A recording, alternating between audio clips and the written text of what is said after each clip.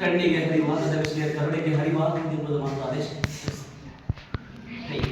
ಅಯ್ಯೋ ಅಮ್ಮ, ಹಾಗಾದರೆ ನನ್ನ ಕನಸಿಗೆ ಕಾಣಿಸಿಕೊಳ್ಳುವ ದೇವತೆ ನೀನೆ. ಬಾಬು ಮಯೂರ, ಈ ಸಿಂಹಾಸನ ನಿನಗೆ ಬೇಡವೇ? ಈ ಸಾಮ್ರಾಜ್ಯ ನಿನಗೆ ಬೇಡವೇ? ಈ ಕಿರೀಟ ನಿನಗೆ ಬೇಡವೇ? ಎಂದು ಅಕ್ಕರೆಯಿಂದ ಕೇಳಿಕೊಟ್ಟಿದ ದೇವತೆ ನೀನೆ. ಅಯ್ಯೋ ನಾನೆಂತಹ ನಿರ್ಭಾಗ್ಯಶಾಲಿ. ಭೂಮಿ ಆಕಾಶ ಹಿಡಿದದ್ದು ಹಗೆಯಾಗಲಿ. ನಿನ್ನ ನಂಬಿಕೆಯನ್ನು ಮಾತ್ರ ಸುಳ್ಳು ಮಾಡುವುದಿಲ್ಲ ತಾಯಿ, ನಿನ್ನ ನಂಬಿಕೆಯನ್ನು ಮಾತ್ರ ಸುಳ್ಳು ಮಾಡುವುದಿಲ್ಲ. ವಂಚು ಹಾಗೆ ಸಂಚು ಮಾಡಿ ವಂಚನೆಯಿಂದ ನಮ್ಮ ರಾಜ್ಯವನ್ನು ಕಬಳಿಸಿ ಮೆರೆಯುತ್ತಿರುವ ಶಿವಸ್ಕಂದವರ್ಮ, ಯಾವ ಕದಂಬ ವಂಶವೃಕ್ಷ ನಿನ್ನ ಕ್ರೌರ್ಯಕ್ಕೆ ಸಿಕ್ಕಿ ನಿರ್ನಾಮವಾಗಿ ತಿಳಿದಿರುವೆಯೋ ಆ ಮಹಾವಂಶವೃಕ್ಷ ಎಂದು ಮತ್ತೆ ಚಿಗುರಿ ತಲೆ ಎತ್ತಿ ನಿಂತಿದೆ.